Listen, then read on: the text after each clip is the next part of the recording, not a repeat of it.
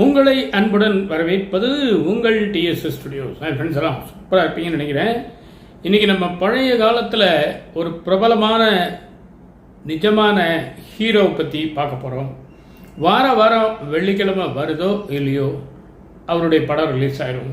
S, correct, Jaishankar. வாரம் ஒரு படம் கண்டிப்பாக ரிலீஸ் ஆகிற அளவுக்கு பிஸியான நடிகர், எளிமையான நடிகர், அன்பான நடிகர். ஒரு நடிகரை ஒரு ரசிகன் எப்படி பார்க்குறாரு, ஒரு ரசிகனை அந்த நடிகர் எப்படி பார்க்குறாரு அப்படிங்கிறத இப்போ நம்ம பார்க்க போகிறோம். நம்ம நண்பர் ஒருத்தர் விடி சேஷன் அப்படிங்கிற ஒரு ஹிந்து பத்திரிகையில் ரொம்ப நாளாக ரிப்போர்ட்டராக ஒர்க் பண்ணவர். கிட்டத்தட்ட 20 ஆண்டுகள் ஜெய்சங்கரோட நல்ல பழக்கம் உள்ளவர், அருமையான ரசிகர். அந்த அளவுக்கு ரெண்டு பேருமே ஒருத்தர் விரும்புகிறாங்க. ஆனால் ஏன் விரும்புகிறாங்க அப்படின்னு நீங்கள் யோசிச்சு பார்த்தீங்களா? நம்ம நண்பர் ஒன்றும் பெரிய ப்ரொடியூசரோ டைரக்டரோ இல்லை சினிமா துறை சேர்ந்தவரோ அல்ல. ஒரு பத்திரிகை ரிப்போர்ட்டர், நல்ல ஒரு லீடிங் பத்திரிகையில் ஒரு பெரிய சீனியர் ரிப்போர்ட்டர். எந்த விதமான எதிர்பார்ப்பும் இல்லாமல் ஒரு பழக்கம் மட்டும்தான் அவங்களுக்கு நடுவில் இருந்தது. இத்தனைக்கும் ஜெய்சங்கரோட பையங்கள்லாம் டாக்டர்ஸாக இருக்காங்க, கண்டக்டராக இருக்காரு, எத்தனையோ சலுகைகள் இருக்குது. ஆனால் இவர் ஒரு நாளும் எதுக்காகவும் போய் நின்னதில்லை. ஏன்னா நடிகர்கள் ஒரு நாளைக்கு 2 ஷிஃப்ட் ஒர்க் பண்ணுறவங்க. காலையில் பார்த்தீங்கன்னா ஒரு பணக்கார தோரணையில் கோட்டும் சுட்டும் மாட்டிக்கிட்டு விறுவிறுக்க அந்த 1kV 2kV லைட்டில் நின்றுட்டு மூச்சை பிடிச்சிட்டு வசனம் பேசிட்டு இருப்பாங்க. மறுபடியும் 2 மணிக்கு ஒரு ஷெட்யூலுக்கு போகும்போது ஒரு கை ரிக்ஷாக்காரனாவோ ஒரு கூலிக்காரனாவோ ஒரு கிழிஞ்ச லுங்கியை கட்டிக்கிட்டு பனியனை போட்டுக்கிட்டு ஒரு பீடியை குடிச்சிட்டு அப்படியே உட்காந்து அப்பாவே உட்காந்து. இது எப்படி அவங்களால முடியுதுன்னா, அவங்க மைண்டு ஃப்ரீயாக இருந்தால் மட்டும்தான் இப்படி செய்ய முடியும். சுற்று வட்டாரத்தில் உறவுகள்லையோ நட்புகள்லையோ தொந்தரவு இருக்கக்கூடாது.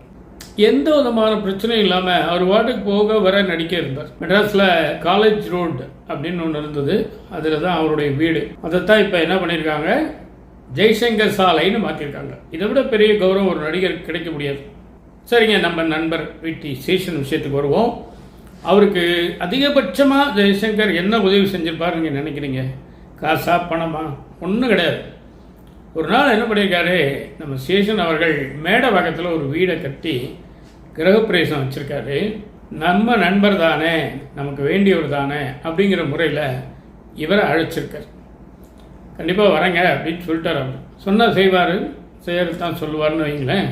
காலையில் அவங்க வீட்டிலேருந்து காரில் கிளம்பி வரும்போது சைதாப்பேட்டையில் அந்த கார் ஏதோ சின்ன ரிப்பேர் ஆகிப்போச்சு, ஓட மாட்டேங்குது. உடனே என்ன பண்ணியிருக்காரு, பக்கத்தில் டிரைவரை வச்சு ஒரு ஆட்டோ கூப்பிட்டு அதில் ஏறி உட்காந்து உங்கள் வீட்டுக்கு ஃபங்க்ஷன் அட்டன் பண்ணிவிட்டு நிம்மதியாக திருப்தியாக அடுத்த காரை வர சொல்லி திரும்பி போயிட்டார். சைதாப்பேட்டை எங்கே இருக்குது, மேடவாக்கம் எங்கே இருக்குது, தன்னுடைய கார் தன்னுடைய வசதி அதெல்லாம் இல்லாமல் ஒரு மக்களோடு மக்களாக அந்த ஆட்டோவில் பயணம் பண்ணியிருக்காரு. அது பெரிய ஒரு உயர்ந்த குணத்தினுடைய அடையாளம். நம்ம நண்பருடைய நட்புக்கு அது பெரிய சாட்சி. அது மட்டும் இல்லை, எல்லாரும் இவங்களை பற்றியே பேசிட்டு இருக்காங்க. நான் இன்னும் கொஞ்சம் கூட போய் ஒரு சிந்தனை பண்ணுறேன். அந்த ஆட்டோ டிரைவருடைய மனநிலை எப்படி இருக்கும்னு நீங்கள் நினைக்கிறீங்க? ஒரு நடிகர் கூட்டத்தில் எங்கேயாவது ரோட்டில் பார்த்தாலே நமக்கு அப்படியே ஒரு பரவசமாக ஒரு கிளுகிழுப்பாக இருக்கும். தன்னுடைய ஆட்டோவில் ஜெய்சங்கர் பின்னாடி உட்காந்துருக்காரு, தான் ஓட்டுறாரு. அதுவும் ரொம்ப தூரம் சைதாப்பேட்டை டு மேடவாக்கம் ஓட்டி கொண்டு போய் விட்றாருன்னா அவர் உச்சத்தில் இருந்திருப்பார். மகிழ்ச்சின்றது அவருக்கு அன்னைக்கு முழு மகிழ்ச்சி அவர் கட்டிருப்பாருன்னு நான் நினைக்கிறேன். ஆக மொத்தம் ஒரு சாதாரண ரசிகருக்கு ஒரு பெரிய உச்சபட்ச நடிகர் வாரம் படம் வெளியிடுறார், அந்த நடிகர் வந்திருக்காரு அப்படின்னு சொன்னால் 2 பேருமே நிச்சயமாக உயர்ந்தவர்கள். இதில் பை ப்ராடக்டாக ஆட்டோ டிரைவர் அதிர்ஷ்டசாலி. இதை நண்பர் சீசன் அவர்கள் என்கிட்ட சொல்லிட்டு இருந்தார். ரொம்ப உணர்ச்சிகரமாக இருந்தது அது. அதனால தான் நான் இதை உங்களுக்கு சொல்லலான் இருந்தேன். ஆக 2 பேருக்குமே நம்ம சேனல் சார்பாக மாபெரும் பாராட்டுகளை நான் தெரிவிச்சுக்கிறேன். இந்த அளவுக்கு நடிகர் ஜெய்சங்கர் அவர்கள் கார் ரிப்பேரானாலும் பரவாயில்லன்னு ஆட்டோவில் நண்பருக்காக வீட்டுக்கு கிரகப்பிரவேசம் அட்டன் பண்ணது சாதாரண விஷயம் இல்லை. அதனால் நடிகர் ஜெய்சங்கர் அவர்களுக்கும் ஒரு பெரிய புகழ் வணக்கத்தை நான் சொல்லிக்கிறேன். நம்ம நண்பருக்கு நன்றியும் வணக்கத்தையும் சொல்லிக்கிறேன். ஏன் அப்படின்னா, இந்த விஷயம் அவரோட போகாமல் அவர் எங்கிட்ட கடத்தி இப்போ நான் உங்ககிட்ட கடத்திட்டேன். சரிங்களா? இது எதுக்காக சொல்கிறது அப்படின்னா, ஒரு மனிதன் யாருடன் என்றாலும் பரவாயில்லை, எப்படி பழக வேண்டும்? சராசரி மனிதர்கள் தான் நாம்.